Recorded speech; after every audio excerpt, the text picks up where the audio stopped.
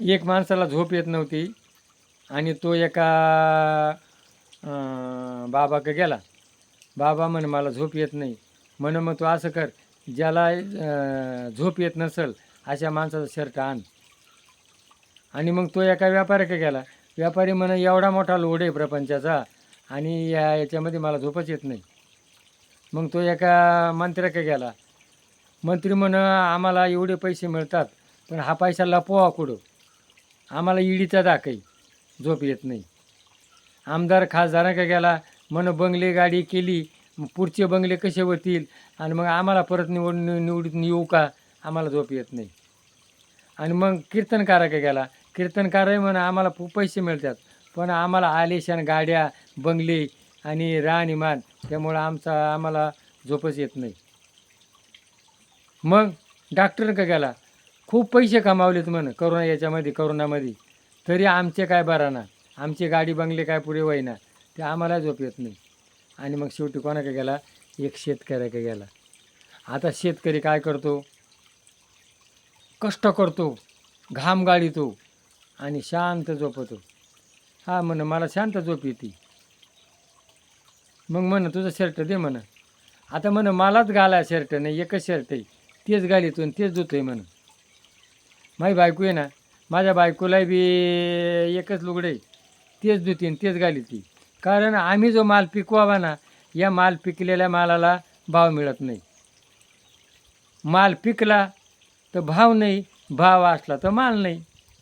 आणि याला लागणारा खर्च, मजूर मिळत नाही, घरातले माणसं काम करते नाही, आणि याचा खर्च वजा जाता खाली काही शिल्लकच राहत नाही.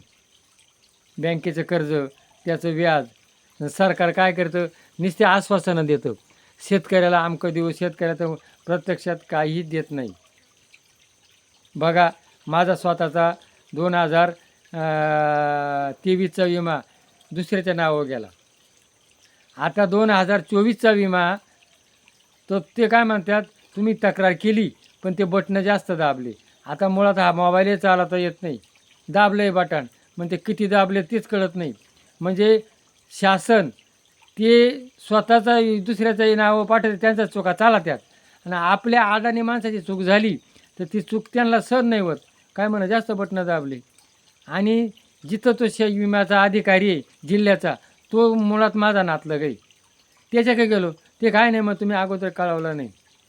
म्हणजे सांगा शेतकऱ्याचा कोण वाली आहे का? झोप येते पण अंगात घालायला शर्ट नाही, काय बायकोलाही लुगडं नाही आणि शर्ट नाही, तर काही दिवसांना ही शेती होणार नाही. आणि शेती नाही झाली, जेव्हा लोक उपाशी मरतील अन्न वाचून, तेव्हा लोकांना कळेल खरा जगवायला कोण पाहिजे? शेतकरी. आज मोठमोठ्या देवस्थानापाशी पैसा आहे, बाबांक पैसा आहे, सगळीकडे, पण मेलाय कोण? मध्यम शेतकरी. म्हणून कृपा करा आणि मध्यम शेतकरी जगवा. आज एकादशी, पुण्य घ्या. शेतकरी जर जगला तर देश जगल, देश जगला तर माणसासाठी. काही दिवसांना लोक अन्न करता, अन्न वाचून तरफडून मरतील. जय भैरवनाथ.